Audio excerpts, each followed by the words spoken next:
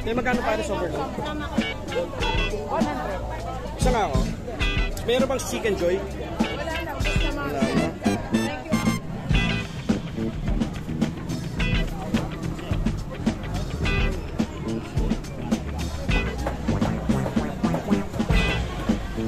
What's up mga repa? This is Kuya Nicky again, nagbabalikin. Today, nagpunta tayo dito sa may Diwatas Paris Overload na located dito sa may Jokno Boulevard sa may Pasay City na malapit dun sa GSIS na government sector.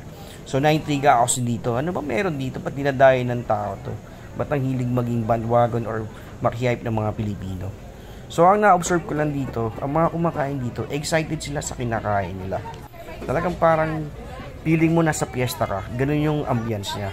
Compare kunyari kung kakain ka sa fast food, sa Jollibee o sa McDo. May kita mo yung mga tao doon, parang routine na lang na kumakain ng chicken joy, kumakain ng spaghetti. Walang excitement. Pero dito makikita ko yung mga kumakain dito, talagang excited sila. So ito pala yung process dito. So magbabayad ka, kukunin mo yung Paris Overload mo. Meron doon sa Paris Overload ko yung lechon kawali.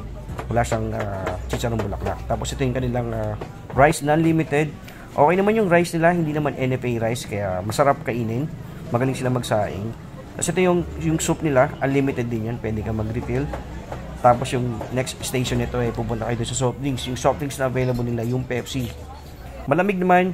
Tapos ito yung kanilang grilling station, meron silang chicken inasal, tsaka pork barbecue.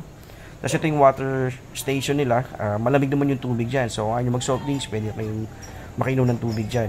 Tapos ito yung kanilang worth 100 pesos na Paris Overload. So, don't expect na kasing lasa to ng Paris Retiro. Masasabi ko naman na pasang-awa naman yung lasa ng sabaw nila.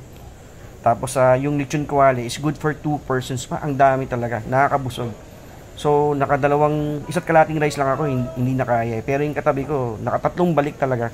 Yung nagde-deliver sa Food Panda. Talagang sulit na sulit siya. So, para sa akin, kung ako yung nagtatrabaho, at gusto kong makatipid at mabusog, pupunta talaga ako dito. Talagang sulit naman siya dito mga repa. So don't expect lang yung Paris nila may lasang star anise o lasang baka. Kasi nga, kita nyo naman lechon kawali. Siguro minajikan lang yan ng beef nor cubes para talagang lumasa at konting sugar at konting pampalapot. So ganun na yung lasa ng kanilang Paris Overload dito. Tapos ito, meron sila ditong chicken joy. Yung chicken joy nila sobrang laki. Ito yung laging sold out dito. Worth 120 pesos. Talagang masarap daw to pero hindi ko natikman. Try nyo dayuin itong Diwata Paris Overload. Masasabi kong okay naman for experience.